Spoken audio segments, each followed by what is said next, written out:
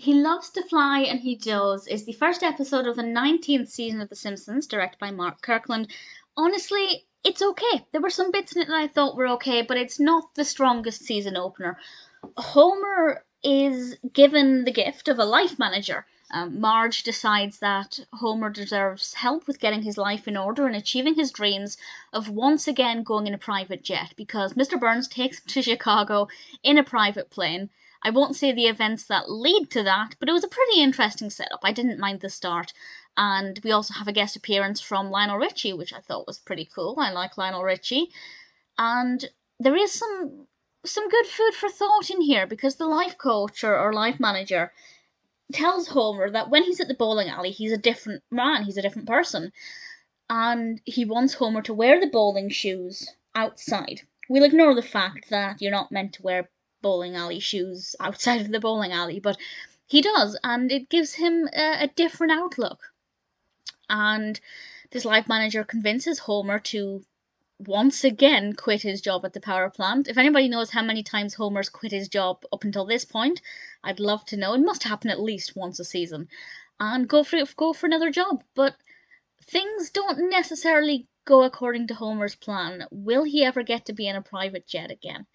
I really found this to be a very inspirational episode, and the whole wearing the bowling alley shoes is a really great metaphor, an extended metaphor for being confident in who you are by utilizing something that makes you feel confident.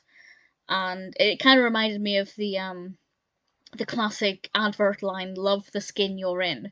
You know, good skincare makes your skin feel good, and if your skin feels good, you feel good. Homer feels good in bowling alley shoes, so he feels good in them when he's outside of the bowling alley. And I think it's a nice way to kind of make people think about when they are their happiest or their most confident and how they can replicate that. And it's not always going to be that easy because some people may feel the most confident when they're, doing a particular sport and you can wear some of the sporting gear outside of it, but in certain situations it's going to be harder to replicate. But I definitely think it touched on something really interesting. And it's always good to see this different side of Homer where he's being a lot more confident and definitely a much more happy, positive individual. And I have to say, it was a bit awkward. There was a bit where he was really happy and the family waved him off to work and they were smiling and saying, "I love you." And I'm glad that every Simpsons episode isn't like that because it was a little bit too sickeningly sweet. But, as a one-off, it's quite nice to see this alternate reality. And I won't say exactly what happens, I don't want to spoil it, but I will say the first scene in Krusty Burger kind of hit hard. I'm not sure why, but I found it to be really emotional, and to see Homer so kind of broken down, and it was just really moving and so well done. And the transition from that dramatically happy exit to Homer in Krusty Burger was just so powerful. And I feel like it's a situation a lot of people have to be in. I guess to explain what I mean by that, I'm going to have to give a spoiler warning. So my last non-spoiler thought is, I love the Itchy and Scratchy cartoon that Homer watched with Mr. Burns. I thought it was brilliant. I don't normally pay that much attention to Itchy and Scratchy, but that one I found to be a little too realistic, and I enjoyed it. But yeah, so I guess a spoiler from now, I'll discuss what exactly happened in Krusty Burger.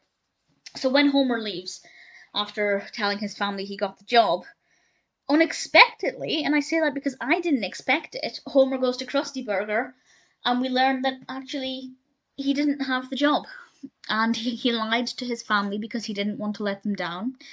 And I feel like that's something that a lot of people feel like they have to do. Not necessarily lying to their family about having a job, although it does happen, but even lying about the job they have, or lying about their position at work because their family, they don't want to disappoint their family. And I'd like to think that nobody ever has to do that. And if anybody feels the pressure to do that, then either they're just misinterpreting what their family would expect, or their family are horrible people.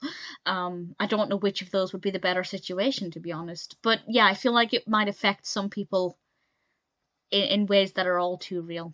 And I think it tackled some really motivational topics, and some that might allow people to realise the situation they're in doesn't have to be like that.